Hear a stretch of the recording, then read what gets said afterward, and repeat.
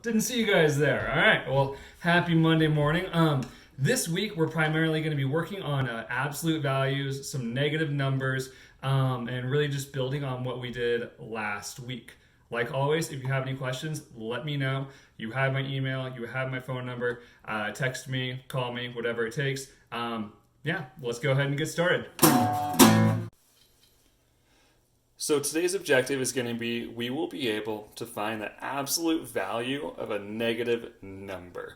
Again, we're just building on what we worked on last week with absolute values and starting to combine that with our negative numbers. Just like always, if you're able to print out the lesson, fantastic. That's awesome. You don't need to. You can always just get a piece of blank paper and fold it into fourths like we practiced all last week and the week before even that. And you can have work to show or space to show your work. Again, the two rules, everyone tracks and everyone tries. If you need to rewind the video and pause it in order to do that, go ahead, pause it, rewind, and rewatch whatever you need to in order to help you out. All right, let's go ahead and get started. Our do now says the following. SpongeBob lives in a pineapple under the sea. His pineapple is 6,300 feet below the surface of the sea. What is the absolute value of SpongeBob's pineapple? Gonna read that again. SpongeBob lives in a pineapple under the sea. His pineapple is 6,300 feet below the surface of the sea. What is the absolute value of SpongeBob's pineapple? I'm going to go ahead, give you a second, and just a second you'll press pause, just a reminder. Go ahead and write your answer inside the box. Make sure you are typing it in. An example would be the absolute value of -5 is blank. So go ahead and figure out what do you think the absolute value of SpongeBob's pineapple is. Go ahead and pause.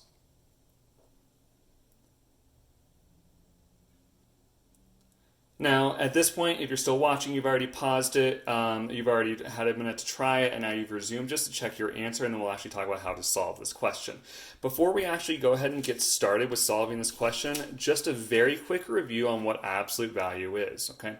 Absolute value is how far a number is away from zero.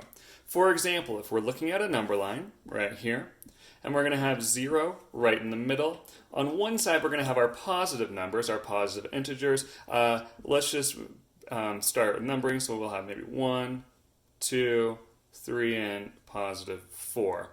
On the other side, we know negative numbers are any numbers that are less than 0, so we're going to go ahead and label the negative side. Again, since we have 4 here, let's just do 4 negative numbers here. So -1, -2, -3, and -4. Now, let's just take a look at the number 3. If we have the number 3, the absolute value of 3 is just however many jumps we have to get from 0 to 3. So again, the distance, or how far a number is away from 0. So here it would be 1, 2, 3. So the absolute value of 3 is 3. Right? Pretty straightforward. Remember, if you need more of a review than this, that's totally okay. You can go back to last week's lesson and take a look there, all right, when we're talking about absolute values. So now that we have that quick reminder, let's take a look at our do now question. Again, SpongeBob lives in a pineapple under the sea. His pineapple is 6,300 feet below the surface of the sea. What is the absolute value of SpongeBob's pineapple? For this one, we are still going to use a number line, but just a quick reminder, and we talked about this a long time ago, when we're talking about sea, there is this thing called sea level, all right? So let's just say that over here, we have a mountain, it's above the water, right? Here, we're going to have the water. So maybe we have some fish swimming in here. Those are amazing fish, I know. Maybe we have a shark fin there. Maybe we even have some buried treasure down here, all right? So if we're looking here, and SpongeBob's pineapple is below the surface of the sea, that means it's going to be lower down. So what we would do is we would call this we would call this sea level, and that would be our 0 if we have a number line here. And then we're going to have positive numbers going up. So again, this is our 0. And then we would have negative numbers going down. So it would start with -1, -2, -3. And it would keep going down because we know that the further we go on a number line, the further we're getting away from 0. So the smaller our numbers are getting. We know SpongeBob's pineapple. Maybe his pineapple's way, way, way down here. I can only go so far on our whiteboard here. But it's at 6,300 feet below the sea. All right, so that's going to be a negative number. I'm going to erase all this fancy work here and just draw a regular number line here. Now, if I have a 0 here, I'm not going to be using any positive numbers, so I'm not going to leave much room.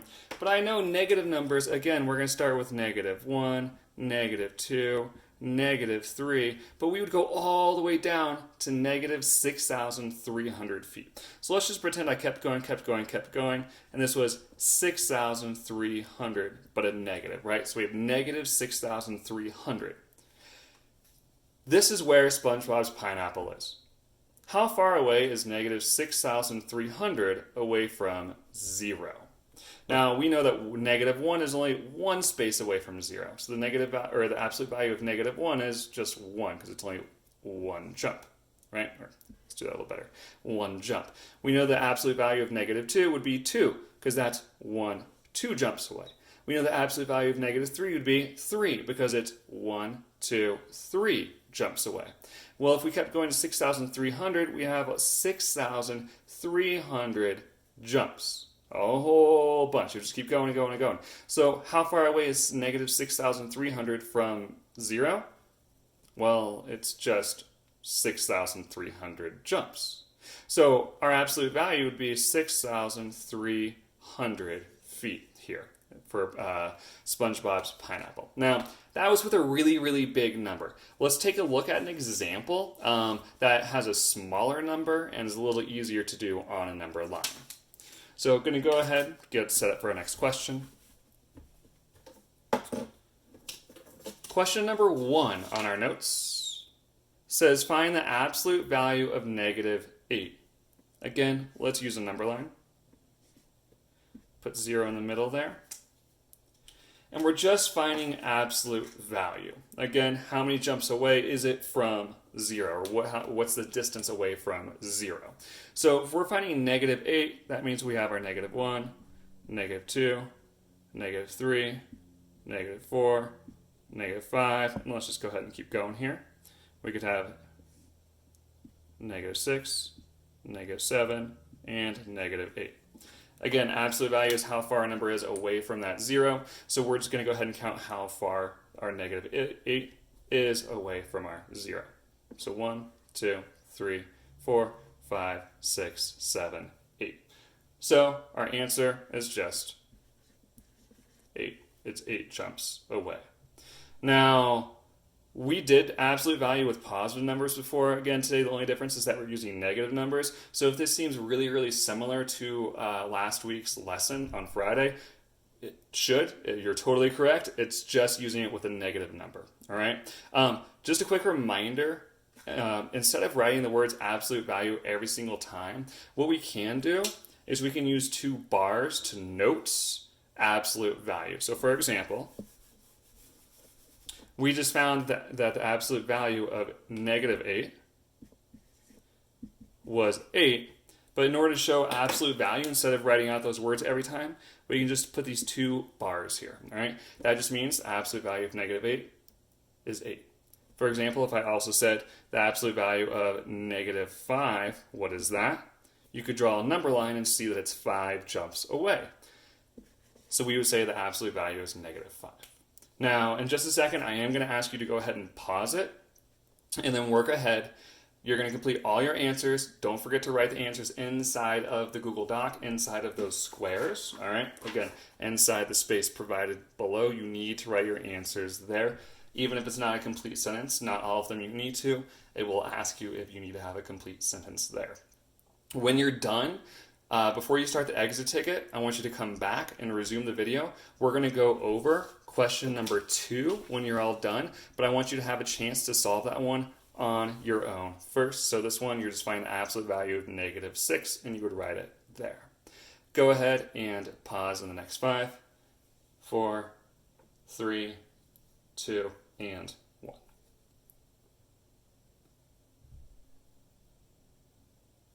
Now, real fast, at this point, you've already had a chance to complete your independent work and try each question, because remember that everyone tries is one of our biggest rules, as well as everyone tracks. So let's just go over one answer real fast just to make sure you're ready for that exit ticket. So here we have -6, so find the absolute value of -6. Again, we can use a number line to check our answer. I'm going to put my 0 a little further over because I'm not really using many positive numbers on this one. And let's just go ahead and count to -6 here. So -1, -2, -3, -4, -5, and -6. So we know where -6 is. Again, absolute value being the distance away, or sorry, how far a number is away from 0, that distance. So just counting that out. 1, 2, 3, 4, 5, and 6. That just means the absolute value of -6 is 6. That's it. So what you do is inside that box, you could just write 6. You could also, if you wanted to, write the absolute value of -6 is equal to 6. I will accept either answer. Go ahead, get started on your exit ticket if you're good to go. If you want to go back and double check and watch some of the lesson, definitely do that during this time. If you need to finish catching up with work, you'll have a minute to do that. Make sure that for your exit ticket, you are clicking on the extra form and filling it out there. That's the only way you do get credit for it. Again, if you leave your answers inside the box for the exit ticket, it will not be graded. Okay? Go ahead, get started. Let me know if you do have any questions. You know how to get a hold of me. Good luck and have a good rest of your day.